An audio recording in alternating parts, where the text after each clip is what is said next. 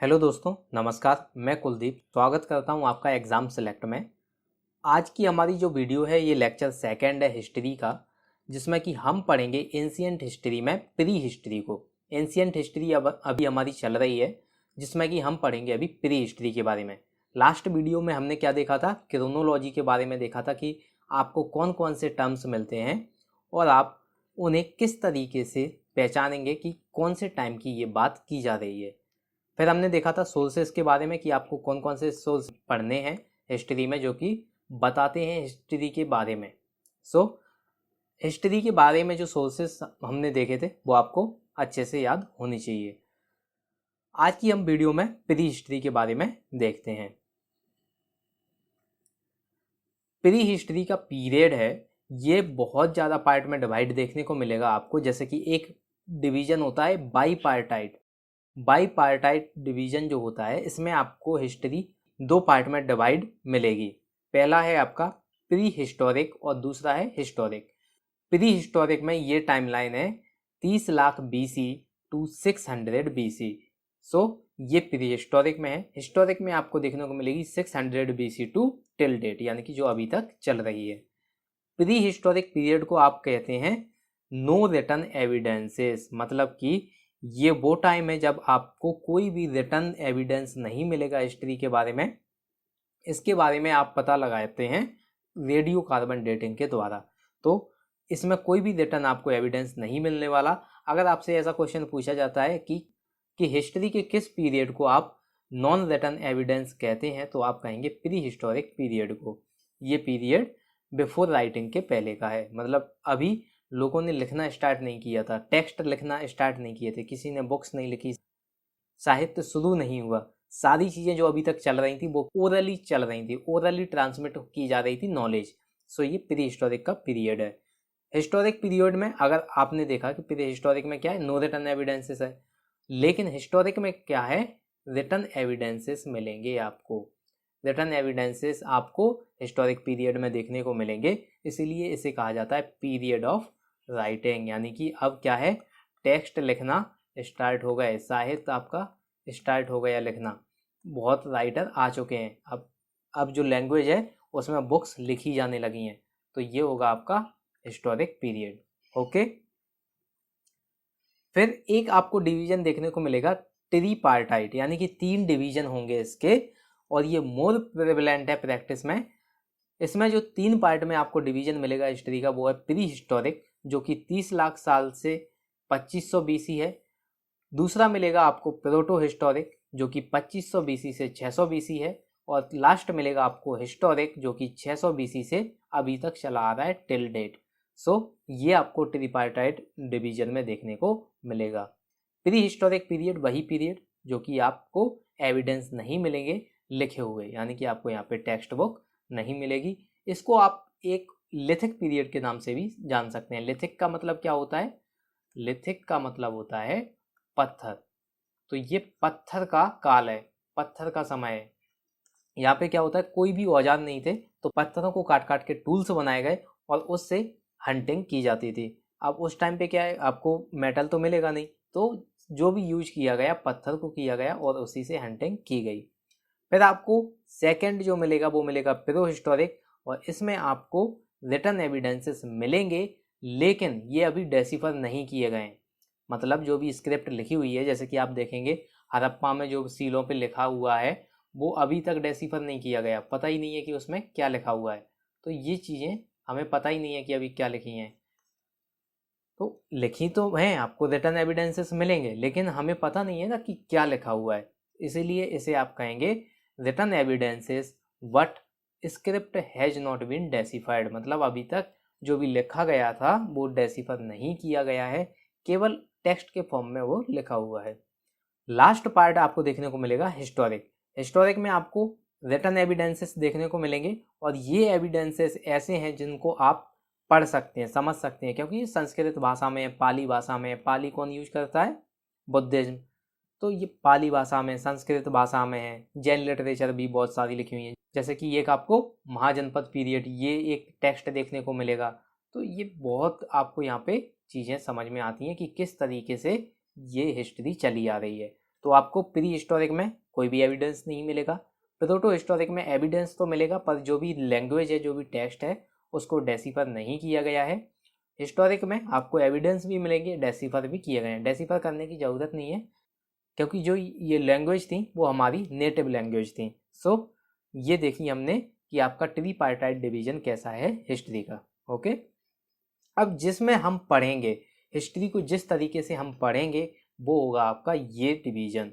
Pre history को हम divide करेंगे 4 पार्ट में, जो कि पहला होगा आपका पैलियोलिथिक। पैलियोलिथिक एज होगी जो कि ओल्ड स्टोन एज के नाम से भी जानी जाती है, और इसकी टाइम लिमिट है 30 लाख बीसी से 10,000 बीसी। 30 लाख बीसी से 10,000 बीसी, ये है पैलियोलिथिक एज। अगला जो है वो आपको मिलेगा मेजोलिथिक एज, इसको आप मिडिल स्टोन एज भी कहते हैं, और इसकी जो टाइम लिमिट है वो है 10,000 बीसी से 4,000 बीसी। ओके, फिर अगला जो आपको देखने को मिलेगा वो है नियोलिथिक एज। न्यू से आपको समझ में आ रहा होगा, नियो से मतलब न्यू, तो ये है आपकी न्यू स्टोन एज, जो कि जिसकी टाइम लिमिट है 4,000 बीसी से 1,000 बीसी। कई साइंटिस्टों ने क्या है इस टाइम को 4,000 बीसी ना बताकर 7,000 बीसी बताया, क्योंकि कई जगह पर अभी जो खुदाई की गई, एक्सकेवेशन किया गया, उसमें जो ऑब्जेक्ट मिले हैं उससे पता चला है कि ये जो टाइम है ये 3 साल पीछे खिसक गया है। 3,000 बीसी ये पीछे जाकर ये 7,000 बीसी के पास चला गया। लेकिन ये हर जगह नहीं मिला है ऐसा, कुछ ही साइट्स हैं, 1-2 साइट्स हैं जिनमें कि ऐसे ऑब्जेक्ट मिले हैं, लेकिन हर एक साइट में ऐसा ऑब्जेक्ट नहीं मिला है। इसीलिए हम इसको पढ़ेंगे 4,000 बीसी से 1,000 बीसी। अभी हम इसको नहीं पढ़ेंगे। फिर नियोलिथिक का ही ये पार्ट है जो कि है चैल्कोलिथिक। चैल्कोलिथिक का मतलब है, इसका मतलब है कॉपर का यूज किया जाने लगा। चैल्को का मतलब होता है कॉपर। ओके, तो यहाँ पे क्या है, कॉपर का यूज किया जाने लगा, और इसको बोलेंगे हम स्टोन कॉपर एज। ये आपको याद रखना है, चैल्कोलिथिक एज को क्या बोलेंगे आप, कॉपर एज भी बोल सकते हैं और स्टोन कॉपर एज भी बोल सकते हैं। ये अराउंड 2000 बीसी के पास है। ये आप देख रहे हैं, ये हैं टूल्स जो कि इन एजेस में यूज किए गए थे। स्टार्टिंग में टूल्स कुछ इस तरीके के होते थे, ये आप देख रहे हैं कितने ज़्यादा रफ हैं, ये रफ हैं। फिर धीरे धीरे रिफाइनिंग आई, फिर और ज़्यादा रिफाइनिंग आई, धीरे धीरे ये देखिए कितने ज़्यादा शार्प हैं। तो बाद में धीरे धीरे सारी चीज़ें रिफाइन होती गई। पहले काफ़ी ज़्यादा रफ टूल्स थे, फिर धीरे धीरे इन्होंने बहुत ज़्यादा शार्प किए उनको टूल्स को, और जो हंटिंग थी वो भी इन्होंने काफ़ी ज़्यादा आसान कर ली अपनी इन टूल्स के माध्यम से। पैलियोलिथिक एज को हम डिटेल में डिस्कस करेंगे। देखते हैं कि पैलियोलिथिक एज क्या है। पैलियो का मतलब होता है ओल्ड, ये जो वर्ड है ये इसका मतलब होता है ओल्ड, और लिथिक का मतलब होता है स्टोन यानी कि पत्थर। तो ओल्ड स्टोन एज आप समझ गए। पैलियो मतलब ओल्ड, लिथिक मतलब स्टोन, और एज तो एज, तो इसे हम कहेंगे old stone age. Okay, old stone age से आप कहेंगे। इस एज का आपको टाइम देखने को मिलेगा 30 लाख बीसी से 10,000 बीसी। ये आपको याद रखना है, हालांकि फैक्ट के तौर पे याद रखना है, ऐसे आपसे क्वेश्चन नहीं पूछे जाएंगे, लेकिन आपको याद तो होनी चाहिए। Discovery of Palaeolithic archaeological material, इसकी खोज किसने की थी, ये की थी रॉबर्ट ब्रूस ने। अगर ऐसा क्वेश्चन कभी आ जाए तो आप उसको आंसर कर सकते हैं, हालांकि इसको आपको अगर याद भी ना हो तो अभी इतनी ज़्यादा ज़रूरत नहीं है, लेकिन याद होता है तो बहुत अच्छी चीज़ है। फिर इसमें आपको देखने को मिलेगा कि जो हैंड एक्स है उसका यूज किया गया, ये आपको देखने को मिलेगी कहाँ पे यूज किया गया, पल्लावरम जो कि तमिलनाडु में है, और ये 1863 में इसका पता किया गया। ये ग्रेवल पिट में हमको मिली थी। तो हैंड एक्स का यहाँ पे यूज किया जाता था, कब, पैलियोलिथिक एज में। आरबी फूटे, इनको कहा जाता है the father of prehistoric archaeology. ये आपको याद रखना है, ऐसे क्वेश्चन आपको वन डे एग्जाम में बहुत ज़्यादा पूछने को मिलते हैं। हालांकि जो आपकी MPPSC है उसमें भी ऐसे क्वेश्चन अब पूछे जाने लगे हैं। तो आरबी फूटे को आप क्या कहते हैं, the father of prehistoric archaeology. Okay, a women skull is found near Hathnora, जो कि होशंगाबाद में है, मध्य प्रदेश के। तो वुमेन का एक स्कल भी मिला है जो कि हथनौरा में मिला है। हथनौरा होशंगाबाद में है, होशंगाबाद मध्य प्रदेश में है। ये जो आप देख रहे हैं ये हैंड एक्स, ये पैलियोलिथिक एज में यूज की जाती थी, जो कि हैंड एक्स थी, और इसका यूज किया जाता था हंटिंग के लिए। तो ये आप देख रहे हैं पूरी तरह से कि ये हैंड एक्स कैसी होती थी। आगे हम देखेंगे पैलियोलिथिक एज में ही जो अर्थ है हमारी वो 4 बिलियन साल पुरानी है, 4 बिलियन ईयर्स पुरानी है। और जो ह्यूमंस हैं, जो अर्थ पे ह्यूमन है वो 1 मिलियन साल पुराने यानी कि 10 लाख साल पुराने हैं केवल। और उसमें भी हम तो केवल 40,000 साल पुराने हैं, ओनली 40,000। पहले क्या थे? ह्यूमन इरेक्टस थे। ह्यूमन इरेक्टस जो कि एक सीधा खड़ा इंसान था, मतलब कि यहाँ पे सीधे खड़े होने लगे थे इंसान। हालांकि सब निकले तो मंकी से ही हैं, लेकिन धीरे धीरे इवॉल्व हुए, ह्यूमन इरेक्टस में कन्वर्ट हुए। और फिर हम आते हैं जो कि हमें कहा जाता है ह्यूमन सेपियन। और ह्यूमन सेपियन आपको देखने को मिलेंगे 35,000 से 40,000 साल पुराने। इससे ज़्यादा पुराने ह्यूमन सेपियन नहीं है। इसके पहले ह्यूमन इरेक्टस होते थे। पैलियोलिथिक एज में काफ़ी ज़्यादा कोल्ड क्लाइमेट था। ये आइस एज टाइप का क्लाइमेट था। आपने जो मूवी देखी होगी आइस एज, उसमें आपने देखा होगा कि हर जगह आपको आइस ही आइस देखने को मिलेगी। कहीं भी आपको नॉर्मल लैंड देखने को नहीं मिलेगा, हर जगह आपको आइस देखने को मिलेगी, जिससे कि बहुत ज़्यादा क्लाइमेट कोल्ड हो गया था। और कोल्ड क्लाइमेट की वजह से जो पॉपुलेशन है वो ज़्यादा फैल नहीं पाई, ज़्यादा स्प्रेड नहीं हो पाई। इसी वजह से उस टाइम पे काफ़ी कम पॉपुलेशन होती थी। Tools and implements of rough stone and bones. अब क्या है, इस टाइम पे बहुत ज़्यादा रफ स्टोन को यूज किया जाता था। ये आप देख रहे हैं, ये जो आप देख रहे हैं इस टाइप के टूल्स यूज किए जाते थे हंटिंग के लिए। ये देखिए कितने ज़्यादा रफ हैं, इनसे आप शिकार करेंगे तो काफ़ी ज़्यादा मुश्किल होगी। तो कुछ इस तरीके के टूल्स यूज किए जाते थे। ये स्टोन के भी होते थे और बोन्स के भी होते थे। तो काफ़ी ज़्यादा टूल्स यूज किए जाते थे हंटिंग के लिए, जो कि स्टोन और बोन्स दोनों के होते थे। Man was Hunter gatherer. अभी भी आदमी जो थे वो हंटिंग करते थे। जो भी हंट किया उसे खाएंगे, क्योंकि अभी क्या है, क्रॉप नहीं उगाई गई है, एग्रीकल्चर में अभी ह्यूमन नहीं आया है। तो अभी एग्रीकल्चर नहीं होगा तो क्या होगा, जो भी इंसान है वो हंटिंग करेगा। तो अभी भी मैन हंटिंग कर रहा था। इस टाइम पे मैन हंटर गैदरर था। अब क्या होता है, जब जैसे जैसे ये एज खत्म होने को आती है तो आपको देखने को मिलेगा कि यहाँ पे सोशल ऑर्गेनाइजेशन शुरू हो गई है। मतलब कि इस टाइम पे क्या है, कहीं 5 लोग हैं, कहीं 2 लोग हैं, कहीं 3 लोग हैं। तो ये क्या है, अलग अलग रहते थे। अब अलग अलग रहेंगे तो खतरा भी होगा, जानवरों का खतरा होगा, मौसम का भी खतरा है। तो इसमें क्या है, अगर 1-2 ही इसमें चले जाते हैं तो काफ़ी ज़्यादा प्रॉब्लम हो जाती थी सर्वाइव करने में। तो इन्होंने फिर सोचा कि क्यों ना हम इकट्ठे रहें, और इकट्ठे रहने से ये होगा कि सर्वाइवल में ज़्यादा प्रॉब्लम नहीं होगी और इससे हमारी पॉपुलेशन भी बैलेंस रहेगी। तो इन्होंने सोशल ऑर्गेनाइजेशन यहाँ से शुरू कर दी। ये हमने देखे टूल्स, किस तरीके से टूल्स यूज करते थे। ये काफ़ी ज़्यादा रफ टूल्स हैं, धीरे धीरे आपको रिफाइनिंग इनमें देखने को मिलेगी। ये आप देख रहे हैं, ये कुछ टूल्स हैं, मेसोलिथिक के हैं, नियोलिथिक के भी हैं। तो आपको टूल्स में देखिए पहले कितने रफ होते थे, फिर धीरे धीरे रिफाइन हुए और फिर और ज़्यादा रिफाइन हुए। ये आप देखेंगे तीर के आगे लगता है, ये तीर के आगे का हिस्सा है, ये भी तीर के आगे का हिस्सा है। तो आप देखिए कि अगर इससे हंटिंग करेंगे तो कितनी आसान हो जाएगी। कुछ इस तरीके से ये सोशल ऑर्गेनाइजेशन इन्होंने शुरू की थी कि एक साथ ये रहने लगे थे सब लोग, जिससे कि क्या है, इनकी लाइफ को कोई भी खतरा ना हो। पैलियोलिथिक एज में ही आपको देखने को मिलेगा जो फूड था वो अभी भी हंटिंग के ऊपर डिपेंड था। यानी कि अगर आप हंट करेंगे तभी आपको खाना मिलेगा, और जो नेचर है वो भी आपको खाना प्रोवाइड करता है। लेकिन अभी क्या है, और अभी क्रॉप स्टार्ट नहीं हुई है, एग्रीकल्चर नहीं स्टार्ट हुआ है, कोई भी खेती नहीं हुई, तो क्या होगा, इंसान को हंटिंग पे ही डिपेंड होना पड़ेगा और नेचर गिविंग थिंग्स पे ही डिपेंड होना पड़ेगा। इस टाइम पे ये ड्वेलिंग में रहते थे, जो शेल्टर बनाते थे ये केप्स में ये शेल्टर बनाएंगे, जिससे कि क्या है, इनका बचाव होता था जानवरों से और मौसम से। मौसम बहुत ज़्यादा, जैसे कभी रेन होती है, कभी ठंड पड़ती है, तो इनको एक सिक्योर जगह चाहिए होती थी, वो इनको मिली केप्स में। ये काफ़ी ज़्यादा सुरक्षित महसूस करते थे। पेड़ों के नीचे भी ये काफ़ी ज़्यादा रहते थे। ये आप देख रहे हैं, कुछ इस तरीके की केप्स ये बनाते थे। पैलियोलिथिक की साइट्स देख लेते हैं हम। पैलियोलिथिक एज की जो साइट्स हैं वो कौन कौन सी हैं। पहली साइट है सोहन रिवर वैली, जो कि आपको पंजाब पाकिस्तान में देखने को मिलेगी। अभी जो पंजाब पाकिस्तान में है उसमें आपको ये देखने को मिलेगी सोहन रिवर वैली। ये आपको याद रखना है, सोहन रिवर वैली ये कौन सी एज की है, पैलियोलिथिक एज की। ये सारी जो है पैलियोलिथिक एज की साइट्स हैं और ये आपको याद होनी चाहिए।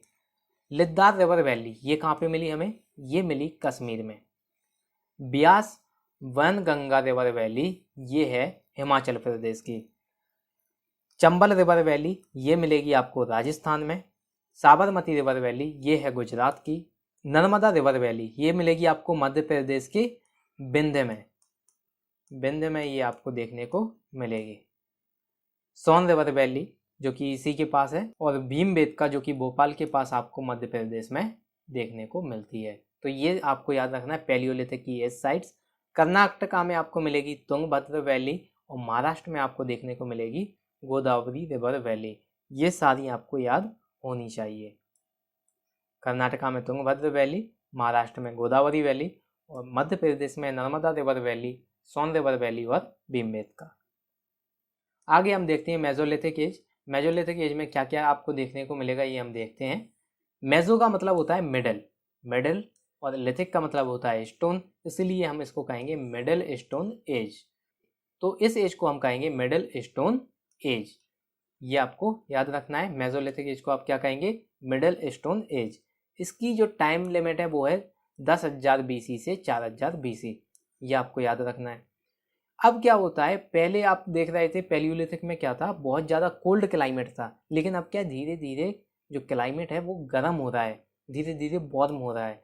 तो अब क्या हुआ, धीरे धीरे अगर गर्म होगा तो जो इंसान है वो अब नए रास्ते ढूंढने लगा है, नई नई जगहें ढूंढने लगा है।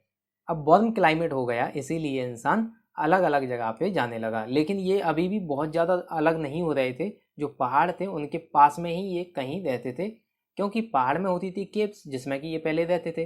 लेकिन ये धीरे धीरे थोड़े आगे गए, लेकिन ज़्यादा दूर नहीं गए, पास में ही ये आगे बस गए। फिर इस टाइम में जो टूल्स यूज होते हैं वो थोड़े से शार्प हो गए और थोड़े पॉइंटेड हो गए। शार्प आप देखेंगे पहले कुछ इस तरीके से टूल्स होते थे, लेकिन अब क्या है, कुछ इस तरीके से टूल्स होने लगे, थोड़े से शार्प होने लगे, जिससे क्या है हंटिंग में इनको काफ़ी ज़्यादा हेल्प होने लगी। और ये आप देखेंगे कुछ इस तरीके से पॉइंट होने लगा, जो आप आगे देखेंगे कुछ इस तरीके से पॉइंट होने लगा, जो कि हंटिंग में काफ़ी ज़्यादा हेल्पफुल होता है। इन्हें आप कहेंगे माइक्रोलिथ्स। माइक्रोलिथ्स का मतलब होता है जो टूल्स होते हैं जो शार्प और पॉइंटेड होते हैं, उन्हें आप कहते हैं माइक्रोलिथ्स। अभी भी इंसान जो था वो हंटर गैदरर था, तो अभी भी हंटिंग पे डिपेंड था, यानी कि अभी भी खेती स्टार्ट नहीं हुई है। लेकिन क्या हुआ, अभी डोमेस्टिकेशन होने लगा, जो भी एनिमल्स थे उनका डोमेस्टिकेशन शुरू हो गया। इस टाइम पे जो इंसान था उसने डोमेस्टिकेशन शुरू कर दिया। जो गाय बकरी थी उनको इसने पालना शुरू कर दिया, डोमेस्टिकेट करना शुरू कर दिया। इस टाइम में जो इंसान होते थे उनको मरने के बाद जलाया जाता था। ये आप देख रहे हैं, देखिए कितने शार्प हो गए हैं ये टूल्स, कितने ज़्यादा पॉइंटेड हैं। ये देखिए आप, बहुत ज़्यादा शार्प और पॉइंटेड हो गए, इसे आप कहेंगे माइक्रोलिथ्स। जब भी आपको ऐसा वर्ड मिले जो आपको समझ में ना आए, आपको उसे 3-4 बार पढ़ना है, समझना है, आपको ऑटोमेटिकली वो याद हो जाएगा। इस टाइम पे कुछ इस तरीके से बरियल किया जाता था। अब देखेंगे हम मेसोलिथिक एज की साइट्स कौन कौन सी हैं। जो इम्पोर्टेंट साइट्स हैं वो हम देखेंगे। काफ़ी ज़्यादा साइट्स होती हैं किसी भी एज की, लेकिन हम देख रहे हैं केवल इम्पोर्टेंट। राजस्थान में आपको देखने को मिलेगी बागोर, जो कि राजस्थान में है। मध्य प्रदेश में आपको आदमगढ़ देखने को मिलेगी, नर्मदा वैली देखने को मिलेगी, और एक मिलेगी आपको भीमबेटका। तो ये आपको याद रखनी है, मध्य प्रदेश में नर्मदा वैली और भीमबेटका। यूपी में आपको देखने को मिलेगी सराय नहर राय, और महाराष्ट्र में आपको देखने को मिलेगी कांदीवली। ये आपको याद रखनी है। राजस्थान में बागोर, मध्य प्रदेश में नर्मदा वैली, भीमबेटका, आदमगढ़, यूपी में आपको देखने को मिलेगी सराय नहर राय, और महाराष्ट्र में आपको देखने को मिलेगी कांदीवली। हालांकि बहुत सारी हैं, आप और भी पढ़ सकते हैं साइट्स को, लेकिन हमने अभी केवल इम्पोर्टेंट ही ली हैं। ये आप बागोर देखेंगे, ये भीलवाड़ा के पास मिलेगा आपको। राजस्थान में कहाँ पे मिलेगा, भीलवाड़ा के पास। और भीमबेटका में आपको ऑलमोस्ट 500 केव्स देखने को मिलेंगी। केव्स मतलब कि गुफाएं, ऑलमोस्ट 500 गुफाएं देखने को मिलेंगी। और ये आपको पैलियोलिथिक, मेसोलिथिक नियोलिथिक, ये तीनों एज में आपको इसका एग्जाम्पल देखने को मिलेगा। किसका? भीमबेटका का। तो ये तीनों एजेज में आपको देखने को मिलेगी। आगे चलते हैं। अब हम देखते हैं नियोलिथिक एज के बारे में। नियोलिथिक एज में आपको क्या क्या देखने को मिलता है। नियो का मतलब होता है न्यू, और लिथिक का ये हम देख ही चुके हैं, स्टोन, इसलिए हम इसे कहेंगे न्यू स्टोन और एज। न्यू स्टोन एज आप कहेंगे नियोलिथिक एज को। इसकी जो टाइम लिमिट है वो है 4000 BC से 1000 BC। अर्लीस्ट एविडेंस जो हमको मिला नियोलिथिक एज का वो मिला हमें मेहरगढ़ में, जो कि बलूचिस्तान में है, और इसकी टाइम लिमिट है ऑलमोस्ट 7000 BC। अब क्या है, इस एज में शुरू हो गया क्रॉप कल्टीवेशन, यानी कि एग्रीकल्चर की शुरुआत हो चुकी है, और ये काफ़ी ज़्यादा इंपॉर्टेंट हो जाती है, क्योंकि अब यहाँ से क्या होगा, सेडेंटरी लाइफ स्टाइल शुरू हो जाएगी, एक सेटल्ड लाइफ स्टाइल शुरू हो जाएगी। अब क्यों हो जाएगी ये हम देख लेते हैं। जैसे अगर आप कहीं पे क्रॉप उगाते हैं, एग्रीकल्चर में आ जाते हैं, तो आपको क्या है, कहीं ना कहीं एक चीज़ से छुटकारा मिल गया, जो है आपका भोजन। अब खाने की वजह से ही तो आप मूव कर रहे थे एक प्लेस से दूसरे प्लेस, लेकिन अगर आपको यही चीज़ मिलने लगी है तो आप क्यों मूव करेंगे। इसीलिए ये मूव ना करके अब सेटल हो गए, और इसी को हम कहेंगे सेडेंटरी लाइफ स्टाइल। इस टाइम पे आपको जो मेजर क्रॉप्स हैं वो देखने को मिलेंगे wheat, barley, paddy, millets. Animal husbandry बहुत ज़्यादा फैल चुकी थी इस टाइम पे, यानी कि जो जानवर थे उनको काफ़ी ज़्यादा पशुपालन में लिया गया। अब उससे क्या होता था, ये इनको यूज में कैसे लेते थे कि अगर ये मर जाए तो उसकी चमड़ी को यूज करते थे। किस चीज़ में यूज करेंगे? कपड़े के रूप में। तो हर चीज़ का यूज होने लगा था। एनिमल्स क्या है, आपको भोजन भी देंगे, भोजन के साथ ये आपको पहनने को भी चमड़ी दे रहे हैं, तो बहुत सारी चीज़ें धीरे धीरे चेंज होने लगी। इस टाइम पे आपको जो सबसे ओल्ड कल्टीवेशन मिलेगा वो मिलेगा पैडी का, जो कि आपको मिलेगा कोल्दी हावा में। कोल्दी हावा में आपको सबसे ओल्डेस्ट पैडी कल्टीवेशन देखने को मिलेगा। ये देखिए हमने नियोलिथिक एज के बारे में। आगे देखते हैं इसी एज में, ये आप देख रहे हैं, ये है मेहरगढ़, जो कि आपको बलूचिस्तान में देखने को मिलेगा। ये देखिए कितने तरीके से इसे बनाया गया है। नियोलिथिक एज में ही कंटिन्यू करते हैं। इस टाइम पे क्या है, इन्हें समझ आ चुकी कपड़ों की, तो इन्होंने शुरू किया कॉटन को पहनना। कॉटन के बारे में इनको समझ आई और इन्होंने धीरे धीरे कॉटन को यूज में लिया अपने कपड़ों के लिए। इस टाइम को आपको काफ़ी ज़्यादा पॉलिश्ड जो टूल्स हैं वो देखने को मिलेंगे, और जो स्टोन एक्सेस है, ये आप देख रहे हैं स्टोन एक्स है, ये देखिए कुछ किस तरीके से बनाई गई, कितने बेहतरीन तरीके से बनाई गई। ये उस टाइम की एक्स है, ये कुल्हाड़ी है, ये यूज करते थे ये हंटिंग के लिए।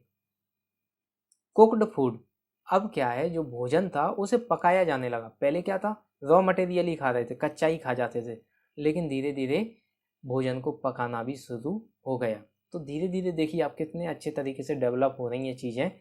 पहले आपको रफ टूल्स देखने को मिलेंगे, फिर थोड़े पॉइंटेड और शार्प देखने को मिलेंगे। पहले आपको हंटिंग पे ही डिपेंड रहना था, लेकिन धीरे धीरे क्रॉप शुरू हुई, क्रॉप से क्या हुआ, जो भी भोजन था वो पकाया जाने लगा। तो धीरे धीरे देखिए आप कितने अच्छे तरीके से डेवलपमेंट हो रही है। हाउसेस आपको देखने को मिलेंगे यहाँ पे, जो कि हट्स के रूप में होते थे, और ये हट्स बम्बू से बनाई जाती थी, ज़्यादातर बम्बू से ही आपको हट्स देखने को मिलेंगे। तो हालांकि यहाँ पे देखिए आप हट्स का यूज होने लगा। अभी तक कहाँ पे रह रहे थे, अभी तक तो केव्स में ही रह रहे थे ना, लेकिन अब क्या है, अब हट्स में रहने लगे इंसान। पॉटरी का भी बहुत ज़्यादा यहाँ पे यूज देखने को मिला है, और ये पॉटर्स व्हील के द्वारा बनाएंगे।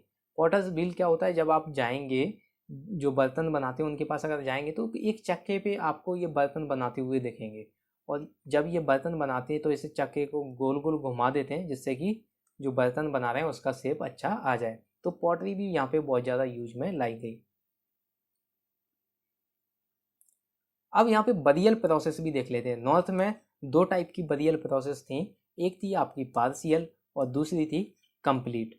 पार्शियल में क्या होता था, सिलेक्टेड बोन्स ली जाती थी डेड पर्सन की और उन्हें जला दिया जाता था। पार्शियल से ही समझ गए होंगे कि यहाँ से क्या होता है, पार्शियली चीज़ें ली जाएंगी। तो सिलेक्टेड बोन्स ली गई डेड पर्सन के और उन्हें जला दिया गया। लेकिन कंप्लीट बरियल में क्या होता था, यहाँ पे डेड जो पर्सन होता था उसे लिटा दिया जाता था, बैक मतलब उल्टा लिटा दिया जाता था पिट में, और फिर उसे जला दिया जाता था। बुरजाहोम और गुफकरल जो कि कश्मीर में है, यहाँ पे हमको देखने को मिला एनिमल डॉग को उसके मास्टर के साथ जलाया गया था। बरियल किया गया एनिमल डॉग का उसके मास्टर के साथ। ये आपको कहाँ देखने को मिला? ये हमको देखने को मिला बुरजाहोम गुफकरल जो कि कश्मीर में है। ये दोनों जगह पे हमें ये देखने को मिला। तो ऐसे क्वेश्चन आपसे पूछे जा सकते हैं, ये थोड़ी ट्रिकी क्वेश्चन हो जाते हैं। इन क्वेश्चंस के लिए आपको तैयार रहना पड़ेगा। फिर साउथ इंडिया में भी दो टाइप की आपको बरियल प्रोसेस देखने को मिलेगी। पहली है पार्शियल और दूसरी है कंप्लीट। पार्शियल में भाई selected bones of dead person was buried, लेकिन कंप्लीट में क्या है, मेल और female had buried in the Graves digged in the ground. लेकिन यहाँ पे क्या है, उल्टा नहीं लिटाया जाता था। पहले क्या था, नॉर्थ इंडिया में उल्टा लिटाया जाता था, लेकिन यहाँ पे ऐसा नहीं था। यहाँ पे नॉर्मली ग्रेव में लिटाया जाता था डेड पर्सन को और उसे जला दिया जाता था। अब देखते हैं हम नियोलिथिक एज की कुछ साइट्स जो कि इंपॉर्टेंट साइट्स हैं नियोलिथिक एज की, ये हम कंप्लीटली कवर करते हैं। पहली आपको देखने को मिलेगी भीमबेटका। आपने देखा पैलियोलिथिक, मेसोलिथिक और अब नियोलिथिक, तीनों में आपको क्या देखने को मिली कि भीमबेटका आपको तीनों में देखने को मिलती है। तो आपको तीनों एजेज में देखने को मिलेगी भीमबेटका जो कि मध्य प्रदेश में है। फिर आपको गारो हिल्स देखने को मिलेंगी। गारो हिल्स कहाँ पे है? मेघालय में है। मेहरगढ़ ये बलूचिस्तान में है। चिरांद ये बिहार में है। दाऊजाली हैजिंग ये असम में है। ब्रह्मगिरी कर्नाटका में है। बुरजाहोम श्रीनगर में है। कोल्दी हवा में क्या था, आपको पैडी कल्टीवेशन मिला था। कोल्दी हवा, इसे आप बेलन रिवर वैली के नाम से भी जानते हैं। ये दुनिया में पहली ऐसी जगह थी जहाँ पे राइस कल्टीवेशन देखने को मिला। दुनिया में पहली ऐसी जगह जहाँ पे आपको राइस कल्टीवेशन देखने को मिलता है। तो ये आपको याद रखना है, कोल्दी हवा और बेलन रिवर वैली जहाँ पे राइस कल्टीवेशन देखने को मिलता है आपको पूरी दुनिया में सबसे पहला। अब देखते हैं हम चाल्कोलिथिक एज के बारे में। ये नियोलिथिक एज का ही एक पीरियड है, उसी का एक पार्ट है। चैल्को का मतलब होता है कॉपर और लिथिक का स्टोन, तो कॉपर स्टोन एज ये आपको देखने को मिलेगी चैल्कोलिथिक एज यानी कि कॉपर स्टोन एज।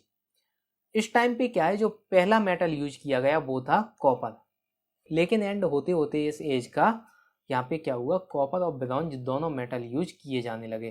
तो दोनों मेटल को यूज किया जाने लगा क्योंकि इन्हें कॉपर मिला, तो इन्होंने कॉपर से बनाया ब्रॉन्ज, रिएक्शन की और इन्होंने बना दिया ब्रॉन्ज। चैल्कोलिथिक एज आपको तीन पार्ट में डिवाइड मिलेगी। पहली है आपकी प्री हड़प्पन एज, दूसरी है हड़प्पन एज और तीसरी है post Harappan age. Pre Harappan age की ईयर है 3300 BC टू 2600 BC।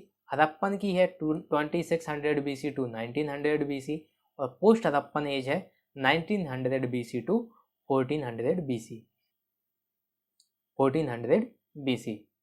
आगे देखते हैं, ये देखिए आप किस तरीके से धीरे धीरे ये डेवलपमेंट होने लगा, किस तरीके से इंसान काम करने लगा।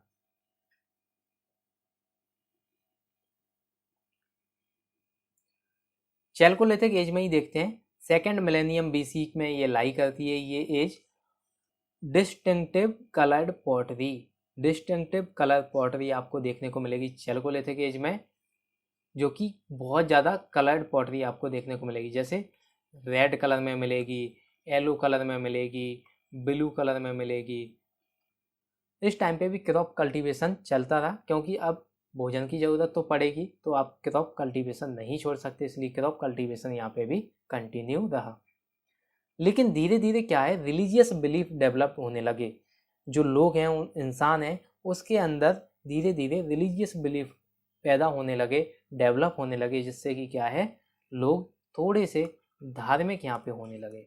अभी शुरुआत हो रही है यहाँ से लोगों के धार्मिक होने की। विलेज कम्युनिटी आपको देखने को मिलेंगी। विलेज कम्युनिटी का मतलब ये है कि आपको गांव में इकट्ठी आपको जनसंख्या देखने को मिलेगी। हालांकि गांव का एरिया अभी भी छोटा है, लेकिन लोग साथ रहने लगे। कोई इस गांव में, कोई इसमें है, कोई इसमें है। बहुत बड़े बड़े शहर नहीं थे उस टाइम पे, लेकिन जो भी थे वहाँ पे लोग इकट्ठे रहने लगे। फोर्टिफाइड सेटलमेंट, अब क्या हुआ, फोर्टिफाइड भी किया गया सेटलमेंट को, जहाँ पे रहते हैं उसके चारों ओर बाउंड्री बना दी गई। क्यों बनाई गई? हो सकता है इस टाइम पे लड़ाई शुरू हो गई हो, एक दूसरे के राज्य को छीनने के लिए लड़ाई होती हो, या मनी या कुछ भी अब रीजन हो सकता है, इसीलिए इन्होंने फोर्टिफाइड सेटलमेंट शुरू कर दिए। ये किस जहाँ पे भी रहें वहाँ पे ये फोर्टिफाई कर लेते थे पूरी बिल्डिंग को। चैल्कोलिथिक एज साइट्स के बारे में देख लेते हैं, कौन कौन सी साइट्स हैं इसकी। पहली है आपकी अहर कल्चर, जो कि आपको उदयपुर में देखने को मिलेगी। दूसरी है गणेशवर, जो कि शिखर में देखने को मिलेगी। तीसरी जोरवे और इनाम गांव, जो कि महाराष्ट्र में है। दाइमाबाद महाराष्ट्र में है।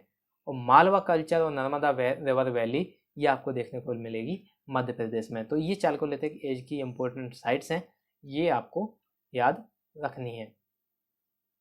इस वीडियो में हमने देखा प्री हिस्ट्री के बारे में, अगली वीडियो में हम देखेंगे इंडियन वैली सिविलाइजेशन के बारे में। So thank you for watching this video.